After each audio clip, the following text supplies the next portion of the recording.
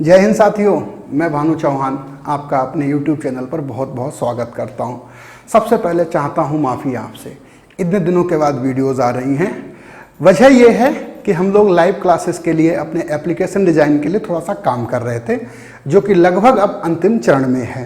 तो जल्द ही आपको एक गुड न्यूज़ और मिलेगी, हम सब लोग लाइव होकर के मिलेंगे। बहुत मिस करते हैं अपने स्टूडेंट्स को। अब लॉकडाउन ने अब मिस करो या रो, समस्या सबके लिए एक जैसी ही बना दी। कोशिश करेंगे कि आप विद्यार्थी के पास नहीं आ सकते, लेकिन विद्यार्थी इंस्टीट्यूट आपके मोबाइल पे पहुंचे, आपके पास पहुंचे। हम इस व्यवस्था में लगे हुए हैं। चाहिए होगा आपका सहयोग, आपका प्यार, आपका स्नेह। आगे बढ़ते हैं। बात क्या है आज के वीडियो के? आज के वीडियो का जो टॉपिक है, भारतीय संविधान में आज हम आपको समझाएंगे एंग्लो इंडियन। ध्यान है, 2020 में जो 104वां संविधान संशोधन हुआ, इनके मनोनयन पर भारत सरकार ने चला दी अपनी कुल्हाड़ी और हटा दिया इनको भारतीय संसद में, लोकसभा के सदन से, कि आपको आरक्षण नहीं मिलेगा, आपका मनोनयन नहीं होगा। भाइयों ध्यान रखना, मैं SC ST के आरक्षण की बात नहीं कर रहा हूँ, फिर वैसे ही चिल्लाने लगो कि आप भी कह रहे हो नहीं मिलेगा। मैं यहाँ बात कर रहा हूँ एंग्लो इंडियन की। ठीक है, कौन है ये एंग्लो इंडियन? बताते हैं आपके लिए आज एंग्लो इंडियन के लिए। ध्यान से पढ़िए कभी, हालांकि मुझे पूरा विश्वास है कि आपने पढ़ा तो नहीं होगा। ठीक है, भारतीय संविधान का आर्टिकल 366 का पार्ट 2 हमें परिभाषा बताता है कि एंग्लो इंडियन कौन है। ठीक है, परिभाषा बताएंगे तो आप सर पीटेंगे, कहेंगे कि हमें समझ नहीं आती। भारतीय संविधान तो वैसे ही वकीलों का स्वर्ग है, उन्हीं को समझ में आता है कि क्या लिखा हुआ है इसमें। बड़ा छोटी सी कहानी से आपको बता देते हैं कि एंग्लो इंडियन हैं कौन, कैसे रह गए एंग्लो इंडियन। एक संबंध समझे हो, रोटी बेटी का संबंध है ना। जैसे हमारे अक्सर कहते हैं कि नेपाल के साथ तो रोटी बेटी का संबंध है नहीं है। उनके लोग नौकरी करने आते हैं, हमारे लोग वहाँ बिजनेस करते हैं, विवाह भी वहीं कर लेते हैं। भगवान राम का भी विवाह वहीं हुआ था। कहने का तात्पर्य इतना है बच्चों कि जहाँ व्यक्ति अपनी रोजी रोटी की जुगाड़ में जाता है, रोजी रोटी की व्यवस्था करने जाता है, वहीं प्रेम भी हो जाता है, फिर विवाह भी हो जाता है। सब तमाम चीज़ें आपने देखी हैं, जानते ही हैं। यही हुआ अंग्रेजों के साथ। क्या हुआ? नाम ध्यान करिए डलहौजी का। चला रहा था ट्रेन, एक बार चलाई थी ट्रेन, आपको ध्यान है? ट्रेन चलाई, उन्होंने सेटअप लगाया। तो बच्चों देखिए, टेक्निकल चीज़ों को मैनेज करने के लिए हम लोग उतने स्ट्रांग उस समय नहीं थे। आज बहुत स्ट्रांग हैं, आज गूगल को मैनेज कर रहे हैं हमारे पिछई साहब। उस समय हमको इतनी बातें नहीं पता थी। तो इन लोगों ने क्या काम किया, टेक्निकली चीज़ों को हैंडल करने के लिए यूरोपियन लोग बुलाए थे, ब्रिटिश लोग बुलाए थे। क्लर्क ब्लर्क तो मैं पहले ही बना चुका था, लेकिन जो अपर क्लास होता है, टेक्नीशियन वगैरह टाइप के होते हैं, इंजीनियर लोग, उनको ब्रिटेन से बुलाया। उन्होंने चलाई ट्रेन, बिछाई पटरियाँ, रहने लगे इंडिया में, कमाने लगे इंडिया में। पटरियों पे दौड़ी जब उनकी ट्रेन, तो उन्हीं पटरियों पे दौड़ गई उनकी नज़रें, और उन लोगों को भारतीय महिलाओं से हुआ प्रेम, कर लिया विवाह, बस गए यहीं। अब उनसे कहा कि जाओ भैया, तुम्हारी नौकरी खत्म हो गई, यूरोप जाओ, ब्रिटेन जाओ। बोले नहीं, हम तो रहेंगे यहीं। रहने लगे, और भी लोग आए, रहने लगे, विवाह होते चले गए, बच्चे होते चले गए। अंग्रेजों के भी दिन लदते चले गए। 47 में देश हुआ आज़ाद। पता ही है आपको इसमें क्या बताने की बात है। संविधान सभा बन रही थी, संविधान सभा बनी थी, और उसमें कई लोग आए थे। उसी में नाम आया था एक फ्रैंक एंथोनी का। नाम ध्यान भी मत रखिए तो भी कोई दिक्कत नहीं, चाचा नेहरू के बहुत अच्छे फ्रेंड थे फ्रैंक एंथोनी। ठीक है, तो 366 हमें बताता है कि कौन है एंग्लो इंडियन। वो लोग जो यूरोप के लोग से आए थे और भारत में रहे, विवाह किया, उनके बच्चे आज भी हों, उनके अन्य पीढ़ियां आज भी हों, यानी जो मेल साइड से, पुरुष की तरफ से यूरोपीय मूल का हो, उनके बच्चों को एंग्लो इंडियन कहा जाता है। 366 में इनकी परिभाषा है।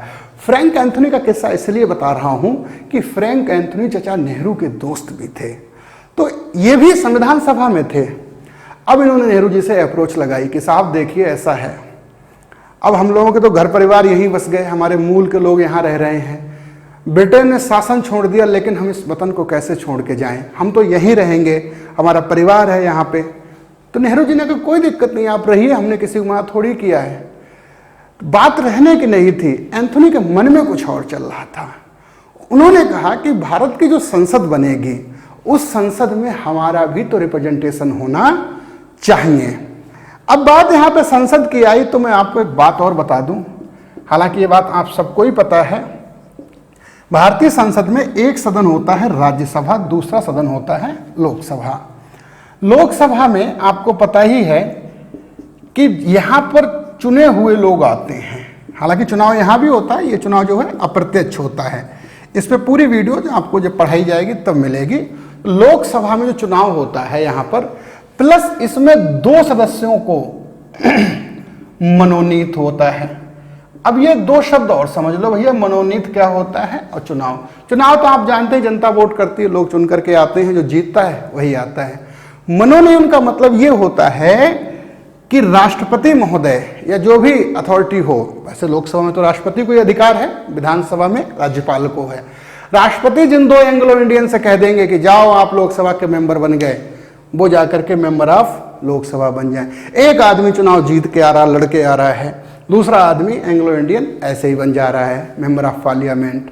तो ये कहानी फ्रैंक एंथोनी से शुरू होती। चाचा नेहरू के जो दोस्त थे उन्होंने कहा कि हम रहेंगे यहाँ तो एक काम करो, हमें लोकसभा में भी तो लाओ। नेहरू जी ने कहा लड़िए चुनाव, आइए, क्या दिक्कत है, लोकसभा की पात्रता तो आपको पता ही है। उन्होंने कहा नहीं नहीं नहीं, हम कहाँ चुनाव लड़ पाएंगे, और चुनाव लड़ भी गए तो हम जीत कहाँ पाएंगे, 10,000 तो वोट नहीं, हालांकि उस समय संख्या इनकी ठीक ठाक थी। तो नेहरू जी ने कहा क्या चाहते हैं आप, बात बनी, संविधान सभा बन ही रही थी उस समय।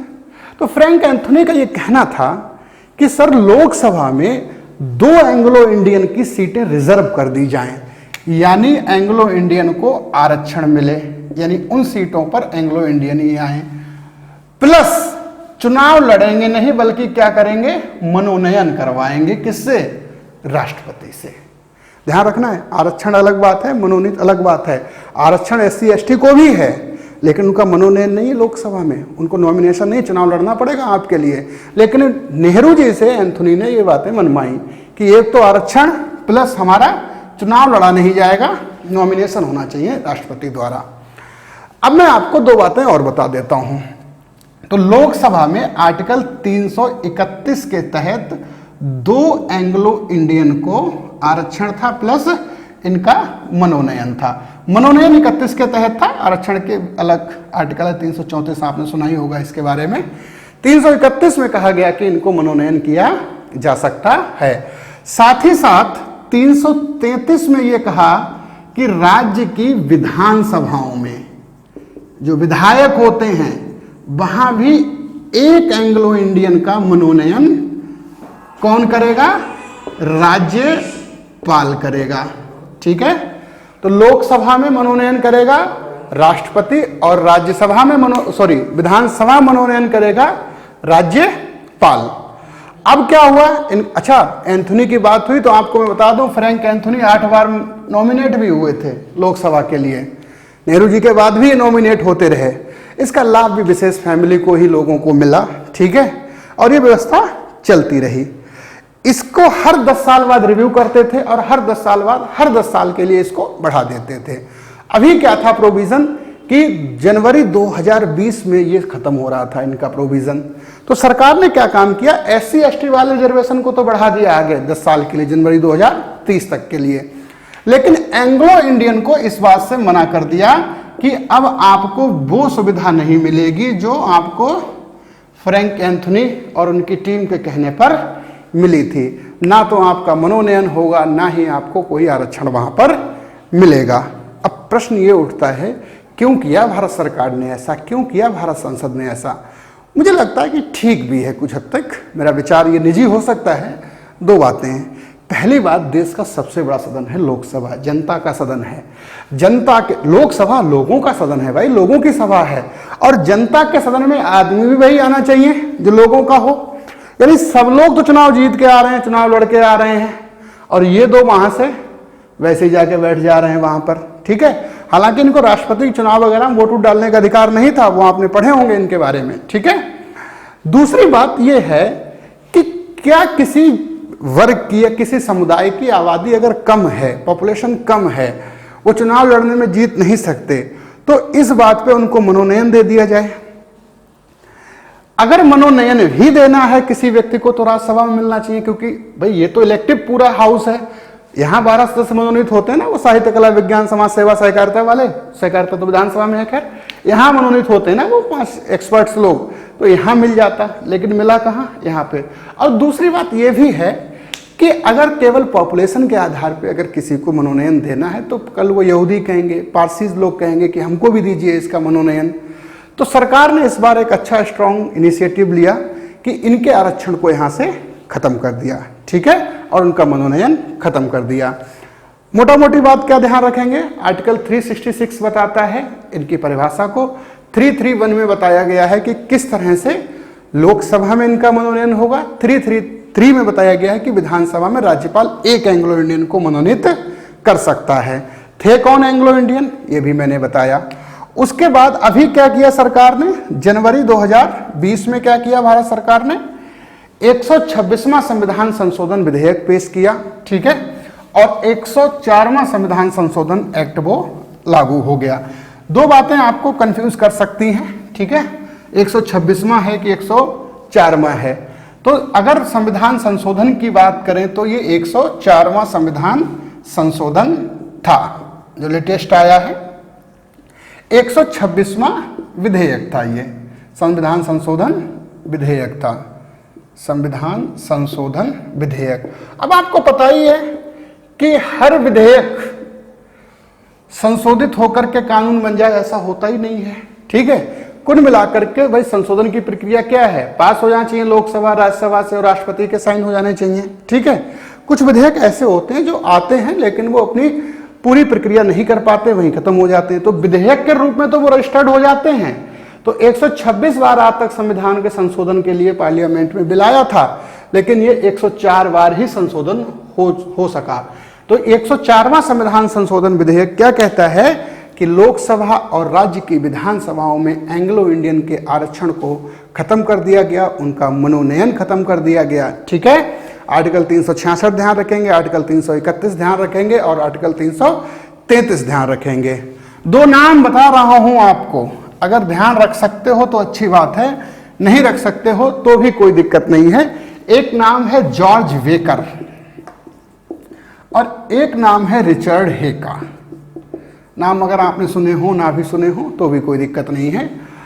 2014 में, इससे पहले जो हमारी लोकसभा थी, उस लोकसभा में ये दो लोग मनोनीत किए गए थे एज ए एंग्लो इंडियन, और अब तो मनोनयन इसका काम खत्म ही हो गया। अगर ये बात आपको हमारी अच्छी लगी हो, अगर ये वीडियो हमारा आपको पसंद आया हो, तो कृपया करके हमारे चैनल को सब्सक्राइब करिए, वीडियो को लाइक करिए और ज़्यादा से ज़्यादा शेयर करिए। ध्यान रखिएगा, परसों मिलेंगे सुबह 7 बजे लाइव। Thank you.